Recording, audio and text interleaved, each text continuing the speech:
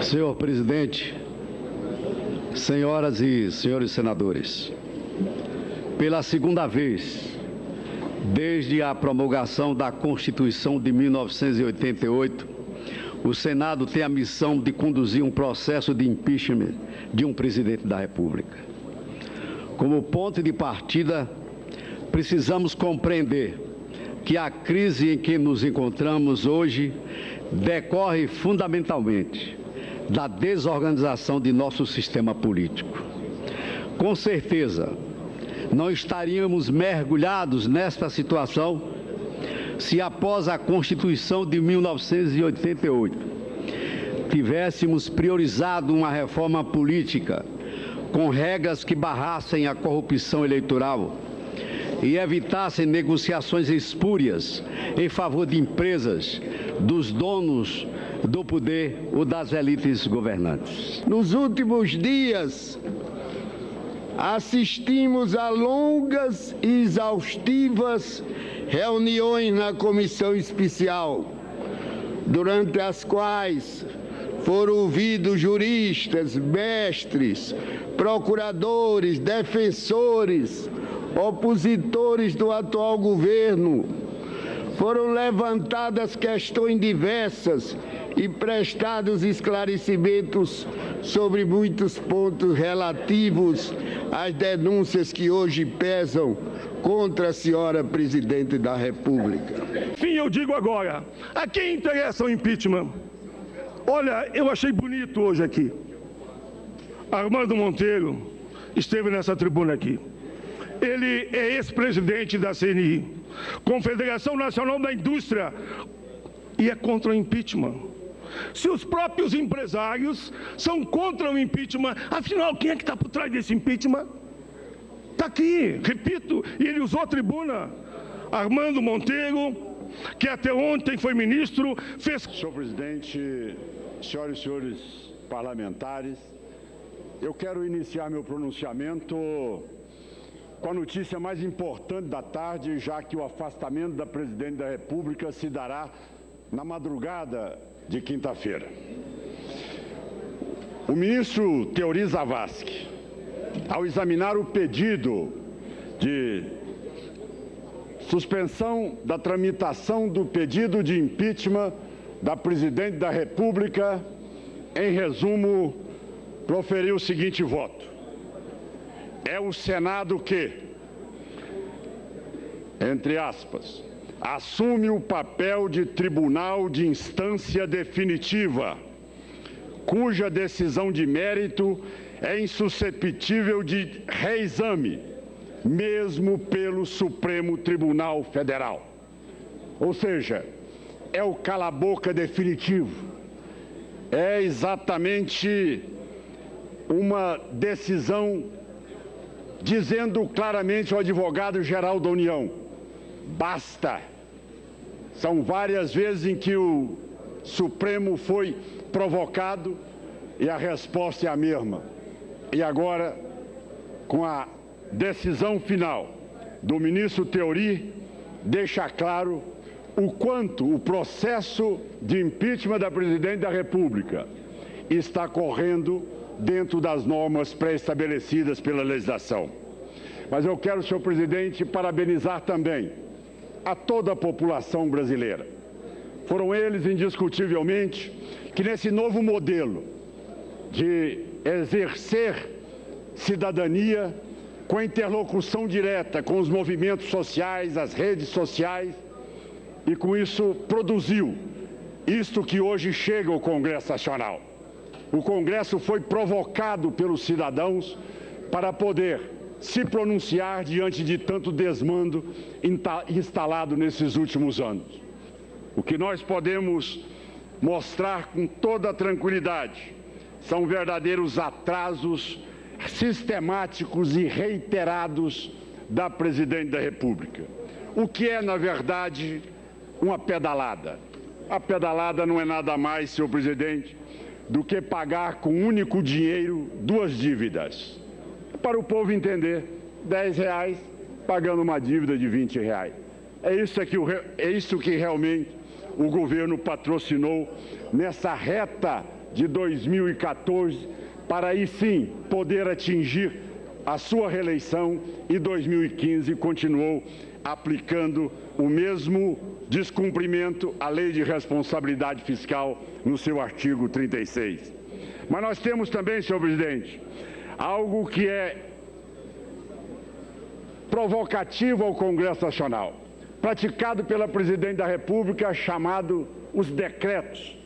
Esses decretos, esses créditos suplementares, assinados pela Presidente da República, sem dúvida nenhuma tratando o Congresso Nacional como se fosse um anexo do Palácio do Planalto, sem respeitar aqui a necessidade de ter todos os seus PLNs aprovados antes de poder baixar os seus decretos. Veja o quanto o governo brinca com o orçamento, desrespeita a opinião pública e o Congresso Nacional. Veja os senhores como é que um governo que se exige um mínimo de organização, de respeito à opinião pública, aprova a sua peça que foi aqui encaminhada. Inicialmente, projetando um superávit de 86 bilhões de reais e chegando no final de 2015 com um déficit de 118,9 bilhões de reais. Quer dizer, isso é uma ficção, é uma total irresponsabilidade, sabendo o governo que estava ali aplicando e assinando decretos que não tinham o menor respaldo do ponto de vista orçamentário. Nós vamos mostrar aqui o verdadeiro golpe praticado pelo governo do PT, iniciado pelo presidente Lula e continuado pela presidente Dilma. O verdadeiro golpe é exatamente o desemprego. Quando alguns senadores do PT dizem, olha, o próximo governo vai tirar direitos trabalhistas. Meus senhores, o PT assinou o AI-5 mais danoso no país, decretou o fim de 11 milhões e 100 mil empregos. Veja bem, que direito maior tem um cidadão que não seu direito ao emprego? Foi tirado exatamente pelo PT nesses últimos 13 anos que está à frente do país. Os programas sociais, aí ele diz, mas os programas sociais serão impedidos pelo próximo governo. Vamos ver o que diz o CIAF, vamos ver o que diz exatamente o que é a previsão do atual governo.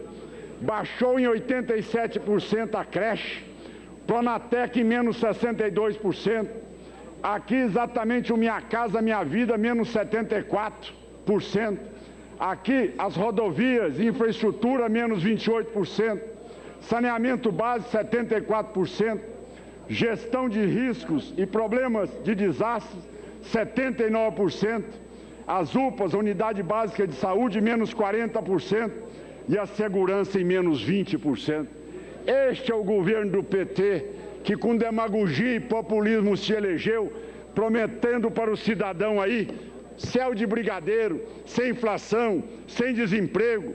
Mas vamos mais, além dos programas sociais que todos aqui viram, nós vimos e repito aqui, aquilo que a presidente Dilma se colocava como a madrinha, que era o projeto do Minha Casa Minha Vida.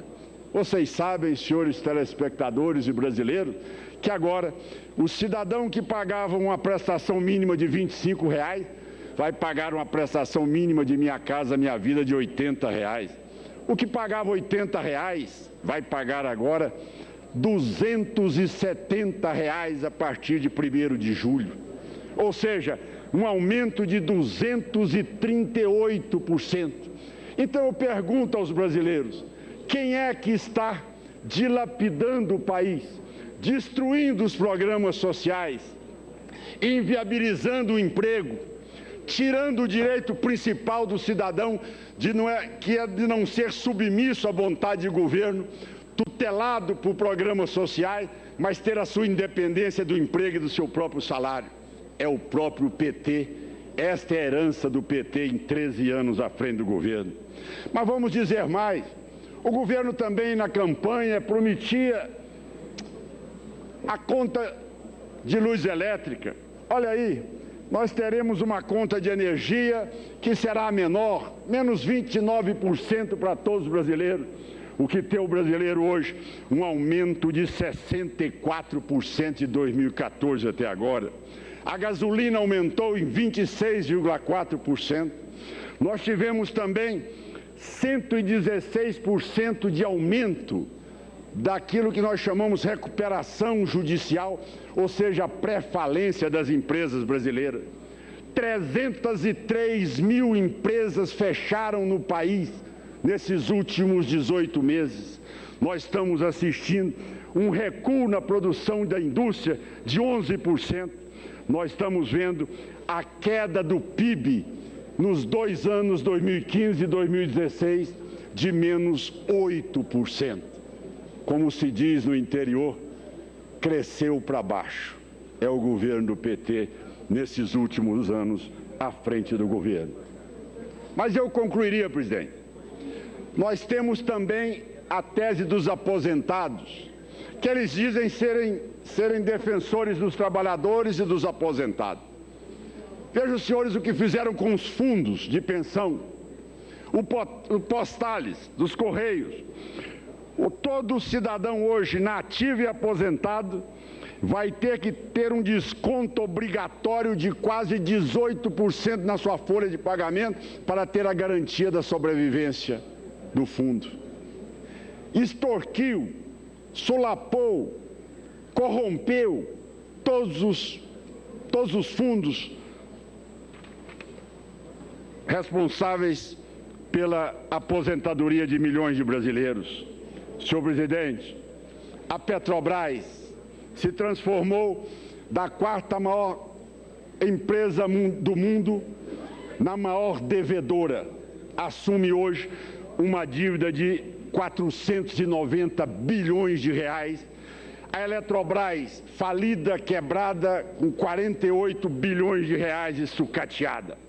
E para terminar, senhor presidente, o que nós estamos fazendo hoje, nesta tarde e a madrugada, é exatamente interromper esse ciclo danoso, esse ciclo que começou a deterioração do processo populista, demagógico, bolivariano.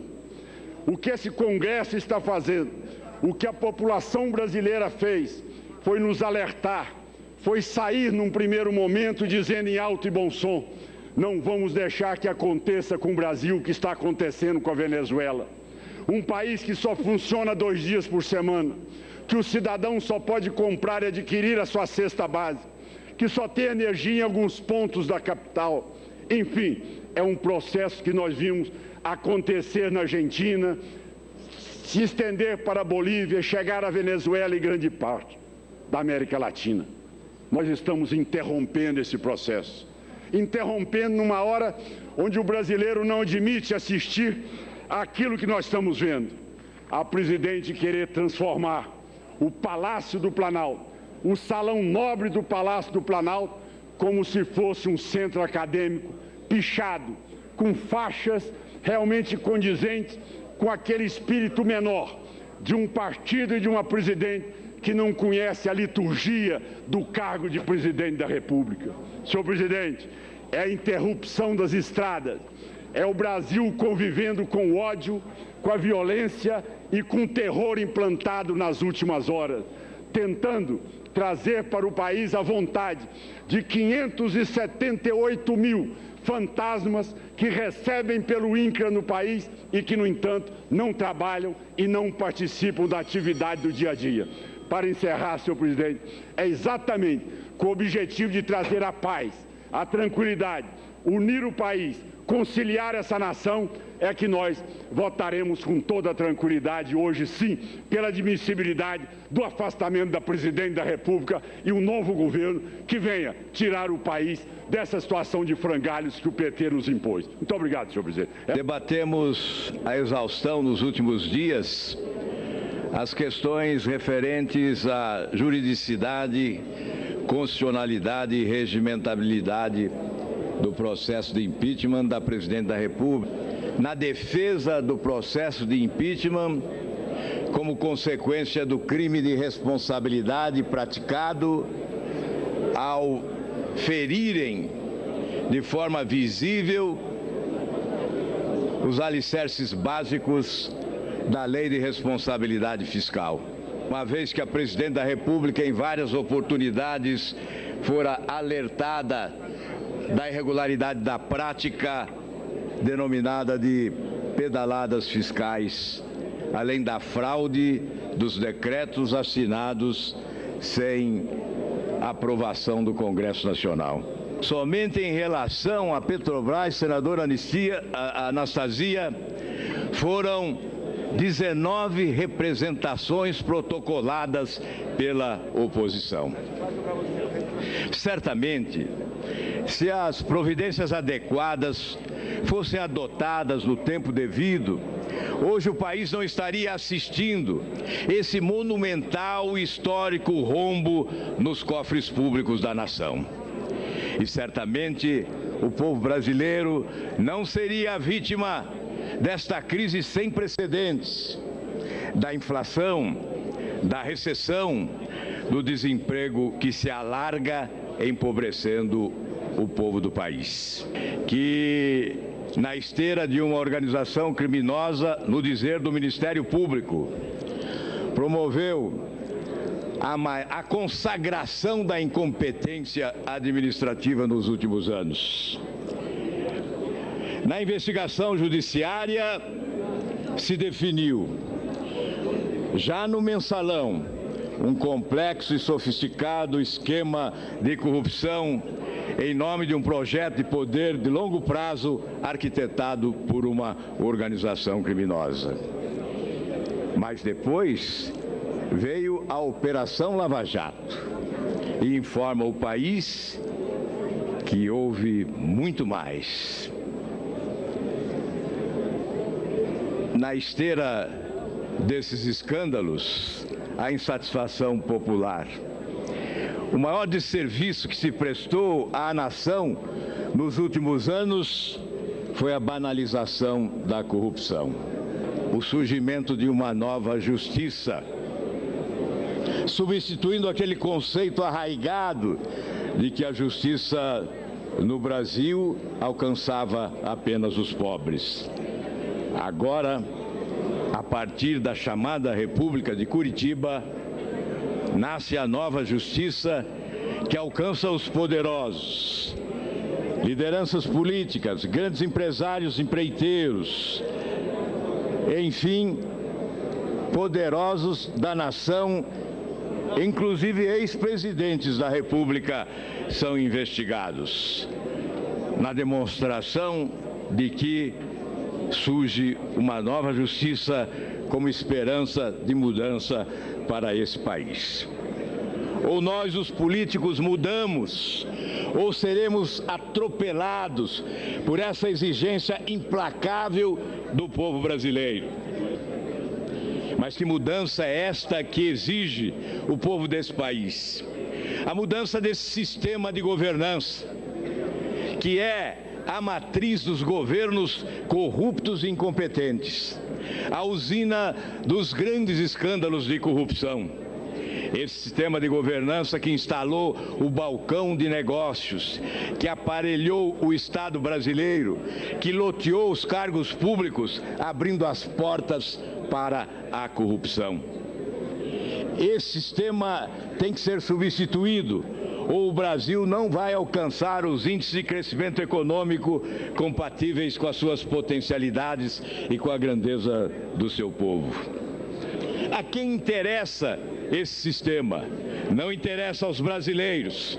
Esse sistema interessa aos mensaleiros, aos gafanhotos, aos sanguessugas, aos filhos do petrolão, aos chupins da República. Depois do trauma do fechamento dos bancos estaduais, ocorreu um outro fato do qual eu sou testemunha.